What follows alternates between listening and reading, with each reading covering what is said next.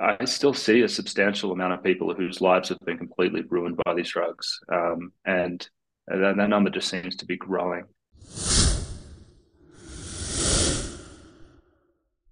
Just how dangerous are these medications? Well,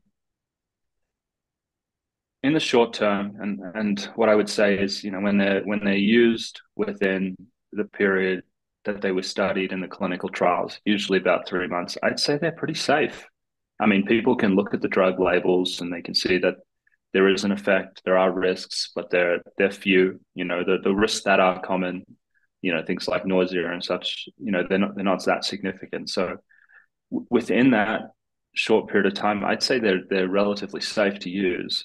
The question is, what happens when we start taking these drugs for several years at a time? And at that, and then after that, I mean, we don't really have any evidence. All I can say is that, I've seen some people who they say these drugs are great. They really help me. They've helped me for decades. I love that I have them. I see a lot of people who say, I don't even know what this drug does anymore. I just know I can't stop taking it. I hear that a lot.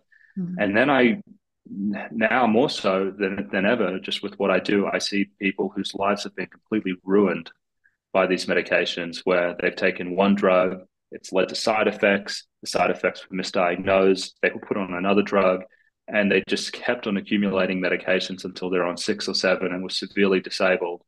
I mean, I see some people who they're on the drugs for 2 years, then they want to come off and they have essentially brain damage. They develop a protracted withdrawal injury, which goes on for years afterwards and completely destroys their life. And to me, because the studies are so short, there's no people aren't able to do these analyses where they could say, well, here are the group of people that are going to do well. These are the group of people that are going to not notice much. And here are the people who are going to be really harmed. And, these are the risk factors and this is how we should mitigate them. And these are the people we should steer away from the drugs. We don't have any of that. And so it's kind of just like rolling a dice. When you take the meds long term, you don't know what's going to happen. I do think that they're probably not going to be life cause a catastrophic reaction for the majority of people taking them, because a lot of people do take them, and they're okay. But I still see a substantial amount of people whose lives have been completely ruined by these drugs, and that number just seems to be growing. And so it's very hard to predict an exact number. Yeah, I can imagine. And that's part of the problem when it's not being studied and monitored properly as well. Mhm. Um, yeah, two things that I wanted to say in response to that. The rolling a dice, like you're so right. It's a lot of the time when I reflect back on my own experience and seeing it with other people, it just feels like Russian roulette. But also the fact that that would also be accurate if patients actually knew what the risks were, what the situation was. Like all of this information that I now understand about benzodiazepines, I had absolutely zero idea of when I was given the drug and told effectively that I needed it. The doctor's words were, if you want your life back, take these.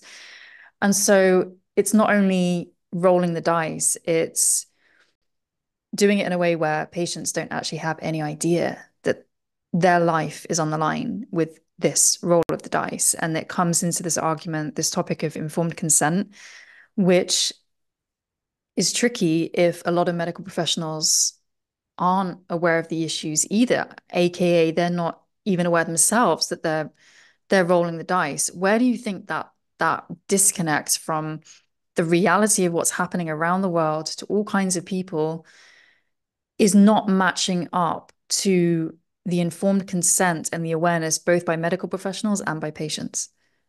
Yeah. You mentioned like a really good point. You're right. Most people see their doctors and they get told this drug is safe and effective, just go for it. And so they don't even know, they're not being told, hey, the drug was studied for 3 months. We really know little about what's going on long term. And there's been some very concerning things that have been talked about. And, it may be fine, but you may have a serious problem. People aren't being told that. And so, yes, they don't know they're rolling the dice. Um, I think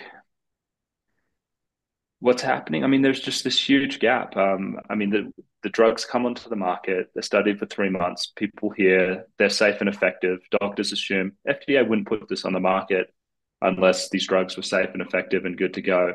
And I think the thinking stops there, because the part that's being left out is they're safe and effective for the 3 months that these drugs were studied for, and most people are going to be on them for years.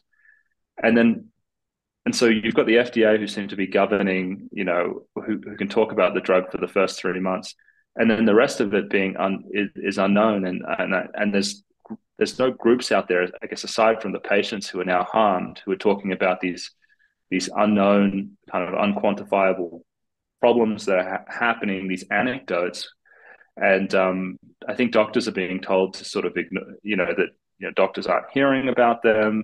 They go, well, we don't really know what's going on here. But at the same time, because there's so much marketing directed at doctors from drug companies to sort of share a message that, these drugs are safe, they change lives. I think when you're kind of bombarded with that message, a lot of the time, you just start to assume, of course, this drug is safe to take long term. It's on the market, and I just, every time I go to a conference or I get a dinner, from a drug rep, or I talk to my colleagues, everyone's practicing in the same way. It must be safe. And I think, yeah, they don't realize that there's this huge black hole, this huge gaping place where we just don't know what's happening to people.